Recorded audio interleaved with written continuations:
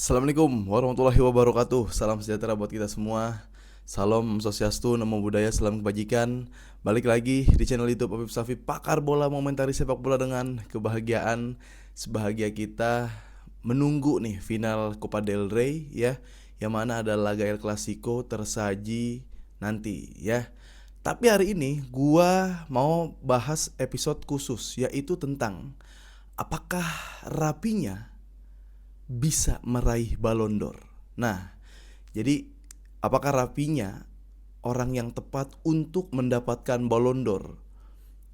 Karena gue ngerasa pesaingnya nih tinggal dikit, ya. Justru pesaing terdekatnya bukan Mbappe, bukan Salah, tapi Dembele atau bahkan Pedri. Nah, nanti datanya gue akan berikan ke kalian dan kita juga bisa diskusi, kita bisa melakukan perdebatan. Tapi sebelumnya absen-absen dulu teman-teman ya, dari seluruh Indonesia, dari Sabang sampai Merauke, dimanapun kalian berada, semoga semua dalam keadaan sehat walafiat. Yang lagi sakit diangkat penyakitnya, yang temannya masih nyangkut utang segera dibayar sama temannya dan utangnya lunas. Dan buat kalian yang lagi masih jomblo, semoga mendapatkan pasangan ya. Jadi biar hidup kalian semakin happy, oke? Absen-absen dulu, dan gue mau ngingetin sekali lagi bahwa jangan lupa untuk subscribe video ini. Kenapa? Karena ada data yang mengatakan ini secara ball position nih, memang ya para karbol mania mah udah pasti subscribe video gue. Cuma ada beberapa orang yang nonton dan suka sama video ini tapi belum subscribe. Jadi di subscribe dulu biar kita jadi karbol bareng-bareng, biar kita nanti ya ada activation, kita ngumpul, entah main bola, entah nobar, apapun lah ya, kita bisa ketemu, sharing offline, gak cuma online, gak cuma gua dengerin bacain komentar lu, tapi gue juga ya lu dengerin gua dan kita sharing di sini, oke? Langsung aja. Apakah Rapinya bisa meraih Ballon d'Or? Sebelum ke situ, gue mau bahas dulu.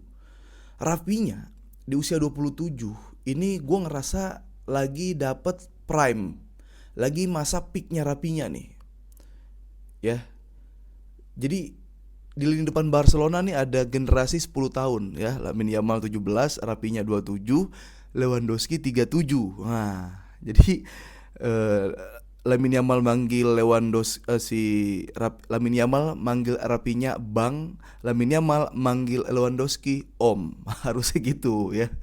Nah, Rapinya manggil Lewandowski abang ya, Rapinya manggil Lamine Yamal adik. Nah, harusnya seperti itu. Nah, awal datang ke Barcelona itu direkrut sekitar 60 jutaan, 60 juta ya, dari Liga Inggris. Dan struggle dulu, dia nggak langsung bagus karena saat itu pelatihnya masih Xavi, terus masih ada Dembele juga gue inget ya.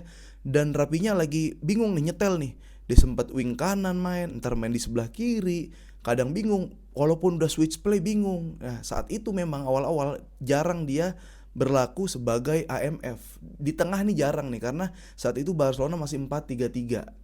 Ya, itu Rapinya. Dan masuk Barcelona era kegelapan dia ngerasain, Barcelona rusak dia ngerasain. Akhirnya Dembele pergi. Paling di situ ada Traore ya, ada Traore, Memphis Depay apa ya.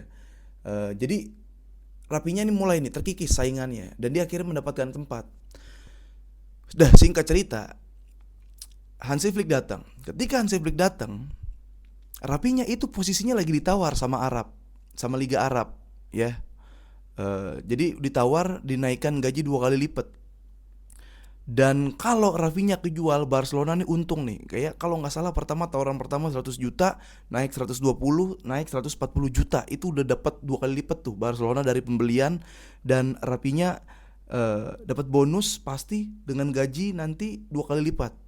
Tapi ternyata ketika orang-orang itu menganggap bahwa ya saya ini memang penggemar Barcelona dari kecil, saya ini memang mungkin ketika ntar main di MU saya fans Manchester United dari kecil, saya fans Real Madrid dari kecil, fans Arsenal, itu sebagai jokes. Rapinya tidak menganggap itu sebagai jokes. Dan karena memang Rapinya ini ngefans sama Barcelona, dia punya impian dan cita-citanya dia main di Barcelona.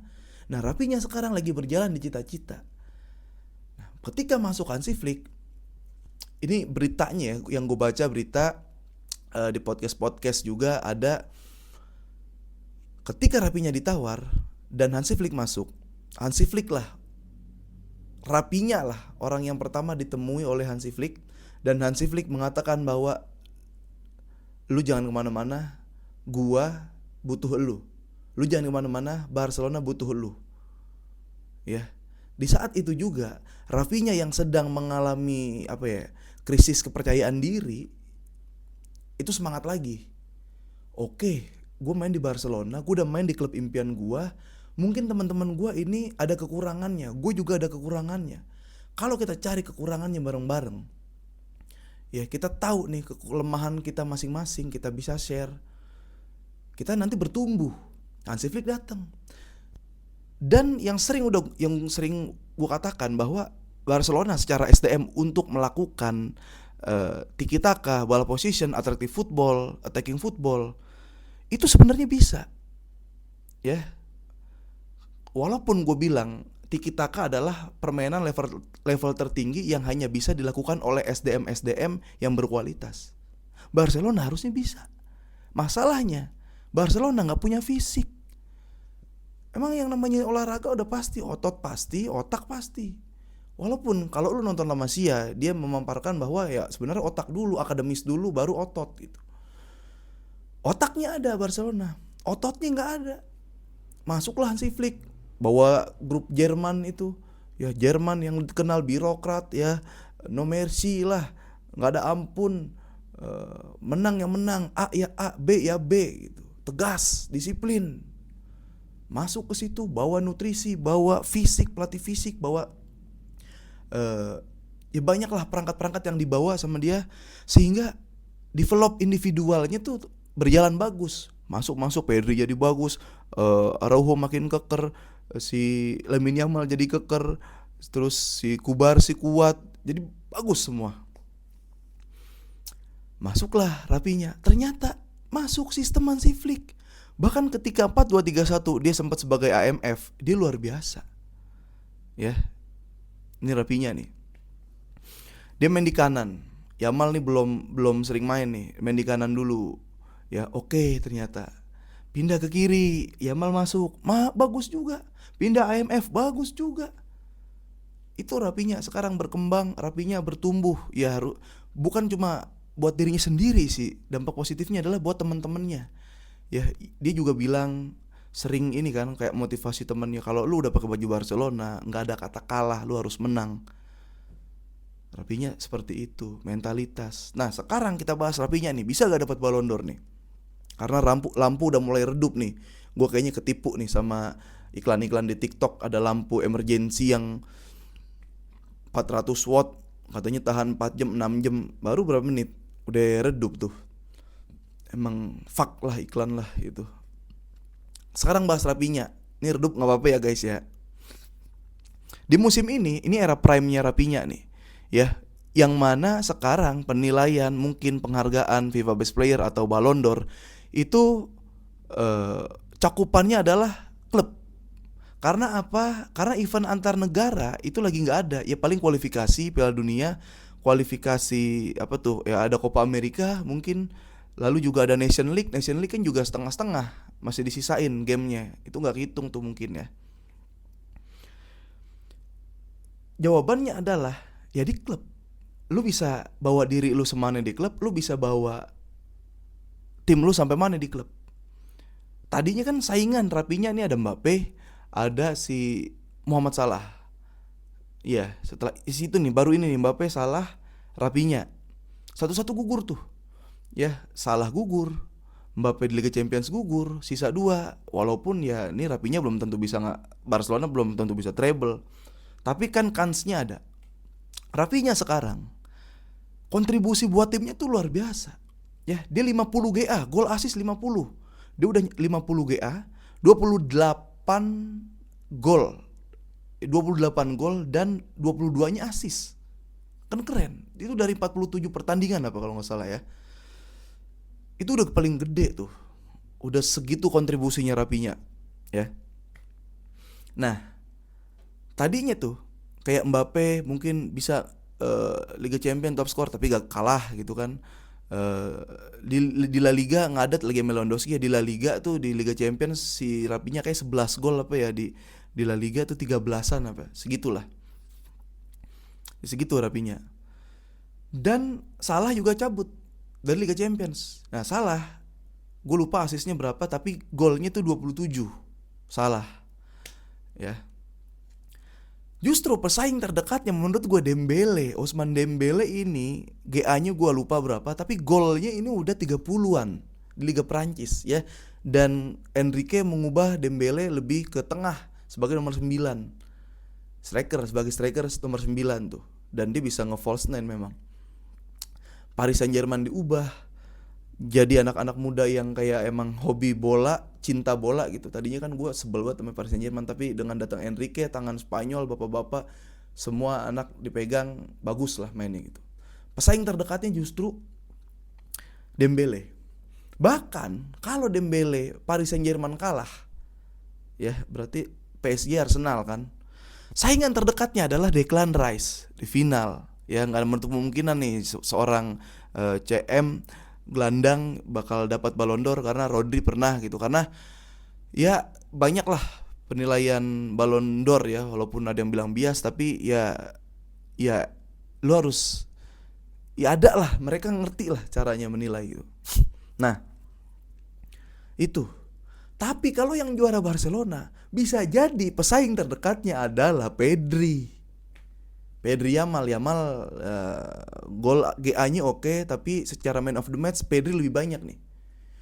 Pedri untuk sesuatu yang sampai kita takjub kayak gila Pedri kok bisa gini. Buset, ini kontrolnya apa? Bruno Fernandes sampai nge-repost ya. Kenapa Bruno Fernandes jago? Karena ya Bruno Fernandes itu ngeidolain Xavi Iniesta, bro.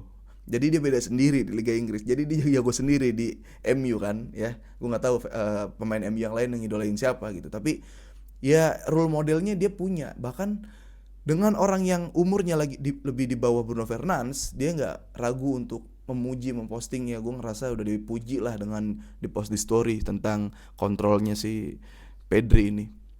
Itu. Kalau Barcelona yang juara Liga Champions, amin ya, justru pesaing terdekatnya adalah Pedri.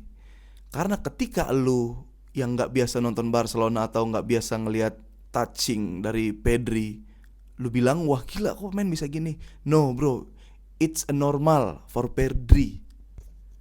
Itu bagian yang normal untuk seorang Pedri, dia memang begitu ya. Jadi kalau ditanya bisa gak nih Rapinya dapat Ballon d'Or, sangat bisa ya. Bahkan kalau misalkan kayak Liga Champions juara, ini kekejar nih si siapa, La Liga, masih tetap bisa ya. Belum lagi dia udah pernah Super Copa kan, 5-2 skor dia golin tuh di situ, Super Copa Spanyol. Hitung juga itu kan awal musim.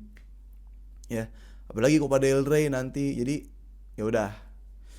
Kalau ditanya apakah bisa banget.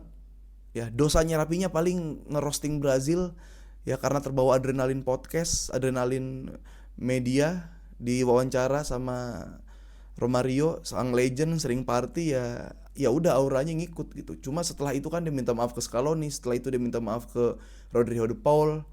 Jadi masalah udah beres, tinggal gimana nih nilai pantohir, gue nggak bilang ini pantohir nih, pantauan akhir nih ya, di Copa del Rey gimana, Liga Champions gimana, La Liga kayak gimana. Itu sih ya.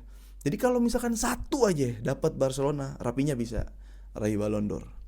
Itu menurut gue. Bahkan kalau juara Barcelona Liga Champions, pesaing terdekatnya Pedri malah. Ya, tersiap-siap tuh kayak waktu itu Messi, Iniesta, Xavi. Nah, gitu aja teman-teman dari gue. Kalau ada yang kurang-kurang silakan ditambahin ya.